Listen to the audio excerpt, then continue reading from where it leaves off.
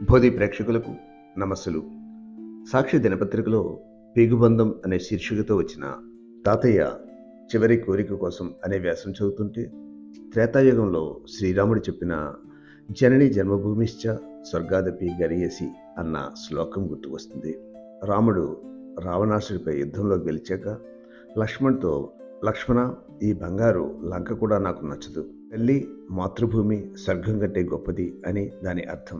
ఈ కలియుగంలో తాతయ్య కోరిక మేరకు స్వగ్రామం వెళ్ళి అక్కడ మట్టిని మూటగట్టుకుని తెచ్చిన కరంజిత్ కౌర్ ఫోటోని చూస్తుంటే కొందరికి కనువిప్పు కలుగుతుందేమో అని అనిపించింది. కారణం, పట్టణాలకు వలసపోయి పల్లెల్లో ఎలా బతుకుతున్నారా అని ఆశ్చర్యంగా అడిగే కొందరు, విదేశాలకు ఉద్యోగం కోసం వెళ్ళి భారత్లో ఎలా బతుకుతున్నారా అని మరికొందరు నేటి యుగంలో మనం చూస్తున్నాం. ఇట్లాంటి వారికి కరంజిత్ కౌర్ కనువిప్పు కలిగిస్తారేమో అని అనిపించింది. అందుకే ఆ వ్యాసాన్ని యథాతథంగా చదివి వినిపిస్తున్నాను. దాదాసాహెబ్ ఫాల్కే అవార్డు వచ్చి ఇంత పేరు గడించిన సినీ కవి గుల్జార్కి గుండెల్లో ఒక కోరిక ఉండిపోయింది. అది పాకిస్తాన్లోని తన పూర్వీకుల సొంత ఊరిని చూసి రావాలనేది. 1-2 సార్లు ప్రయత్నించినా అతనికి అనుమతి దొరకలేదు. చనిపోయేలోపు చూస్తానో లేదో అంటాడాయన. దేశ విభజన వల్ల రాత్రికి రాత్రి కుటుంబాలు చెదిరిపోయి కొందరు ఇండియా చేరారు, కొందరు పాకిస్తాన్లోనే ఉండిపోయారు. ఇరు దేశాలలో సెటిల్ అయిన వారి తలపోతల గురించి ఎంతో సాహిత్యం వచ్చింది. రాకపోకలు జటిలం అయ్యాక ఇక బంధాలు ఫోన్లకు పరిమితం అయ్యాయి. పంజాబీలు అధికంగా ఈ ఎడబాటును భరించారు. 2 ఏళ్ల క్రితం 90 ఏళ్ల వయసున్న రీనా జిపేర్ అనే ఆమె రావలపిండిలో మా పూర్వీకుల ఇల్లు చూసి రావడానికి అనుమతి ఇవ్వండి అని వేడుకుంటే ప్రభుత్వం అనుమతిస్తే ఆమె ఎంతో సంబరంగా వెళ్లడం ప్రధాన వార్తాంశం అయింది. అయితే దేశ విభజన సమయంలో జలంధర్కి వచ్చి స్థిరపడిన బహదూర్ సింగ్కి మాత్రం అలాంటి కోరిక నెరవేరలేదు. 1947లో అతను తన చిన్న తమ్ముడిని తీసుకుని ఇండియా వచ్చేశాడు. నడిమి తమ్ముడు అక్కడే ఉండిపోయాడు. మా తాత చనిపోయే వరకు కూడా పాకిస్తాన్లోనే ఉన్న తమ్ముడిని గుర్తు చేసుకుని ఏడ్చేవాడు. ఆ అన్నదమ్ములు మళ్లీ జీవితంలో కలవకుండానే కన్నుమూశారు అని తెలిపింది కరంజిత్ కౌర్. ఆమె ఇటీవలే తాత కోరిక నెరవేర్చడానికి పాకిస్తాన్లోని సియోల్కోట్కు దగ్గరగా ఉన్న తన పల్లెను దర్శించింది. ఆ ఇల్లు, ఆ చెట్టు అవన్నీ చూస్తే మా తాతది సియాల్కోట్ దగ్గర ఉన్న పల్లెటూరు. ఆయన పొలంలో పెద్ద రావి చెట్టు ఉంది. ఆ ఇంటిని, చెట్టును ఆయన ఎప్పుడూ గుర్తు చేసుకునేవారు. వాటి గురించి కథలు చెప్పేవారు. ఆ చెట్టును ఒకసారి తాకి రావాలి తల్లి అనేవారు నాతో. జలంధర్ వచ్చేశాక ఆయన తన తమ్ముడికి ఎన్నో ఉత్తరాలు రాశారు. కానీ 1986లో కానీ వాటికి జవాబు రాలేదు. అప్పటికే మా తాత నడిమి తమ్ముడు ఇస్లాంలోకి మారాడు.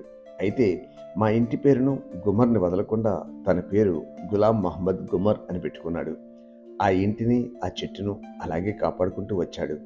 ఆయన చనిపోయాక ఆయన కొడుకు, కుటుంబం మా జ్ఞాపకాలను పదిలంగా ఉంచిందని అర్థమయ్యాక ఎలాగైనా వెళ్లాలని, తాతయ్య కోరిక నెరవేర్చాలని నిశ్చయించుకున్నాను అంది కరంజిత్ కౌర్. నేను పాకిస్తాన్ వెళ్తున్నానంటే మా అత్తగారి కుటుంబం వద్దంటే వద్దంది. నాకు కూడా చాలా భయాలు కలిగాయి. కానీ నేను అక్కడ అడుగు పెట్టగానే మా నడిమి తాత కుమారుడు నన్ను పట్టుకుని గట్టిగా ఏడ్చేశాడు. నా పెళ్లి కార్డు జాగ్రత్తగా దాచుకుని ఉన్నారు. మా తాత రాసిన ఉత్తరాలు ఉన్నాయి. అప్పట్లో మా ఇంట్లో వాడిన తిరగాలి అలానే ఉంది. మా పొలంలో రావి చెట్టు సంగతి చెప్పక్కర్లేదు, కళకళలాడుతుంది. మా బంధువులు, కుటుంబ సంబంధికులు అందరూ కన్నీటి పర్యంతం అయి మర్యాదలు చేశారు. మా ఊరు మట్టి తీసుకుని తిరిగి వస్తున్నారు అని తెలిపింది కరంజిత్ కౌర్. కష్టసాధ్యమైన తాత కోరికను కొద్దిగా అయినా తీర్చింది మనోరాలు. రై, కాశీ చూపించరా, మా ఊరు చూపించరా, ఫలానా బంధువును ఇంటికి తీసుకెళ్లరా అని పెద్దవాళ్ళు కోరితే కాదనవద్దు. ఆ కోరిక లోతు మనకు తెలియదు, చెప్పినా అర్థం కాదు. చేయవలసిందల్లా కోరిక తీర్చడమే అంటుంది కరంజిత్ కౌర్. కుటుంబాలు కలిపే సంస్థ ఒకటి ఉంది.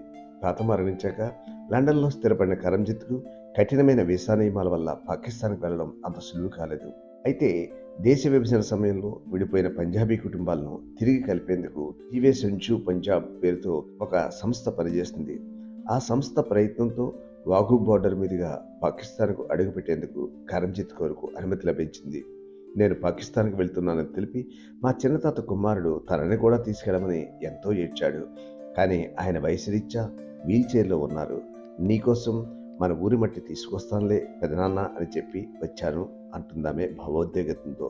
ఈ వ్యాసాన్ని కరంజిత్ కౌర్ అట్లాగే వారి తాతల యొక్క మనోభావాల్ని చూస్తే భూమి అనేది ఈ సముద్రంలో కొంత భాగమే. భూమిని మనం సౌలభ్యం కోసం దేశాలుగా విడగొట్టుకుని, దేశాలు వేరైన మట్టి వాసన మరువలేము. మనుషులు, మతాలు వేరైన మానవత్వం, మనుషుల అంతరాలలో కదిలే ఆ బంధాల మాధుర్యాల్ని విడదీయలేం అని తెలియజేయడానికి ఈ వీడియోను బోధి ప్రేక్షకుల ద్వారా అందించడం జరుగుతుంది. కాబట్టి కన్న ఊరును, కన్నవారిని, కన్న మట్టి వాసనను ఎప్పుడూ కూడా మర్చిపోకుండా ఉండడమే మానవత్వం యొక్క అసలైన లక్షణం అని తెలియజేయడమే ఈ వీడియో యొక్క ప్రాధాన్యత. ఇది మీకు నచ్చితే మీ మిత్రులకి, అట్లాగే మీ స్నేహితులకి షేర్ చేయండి.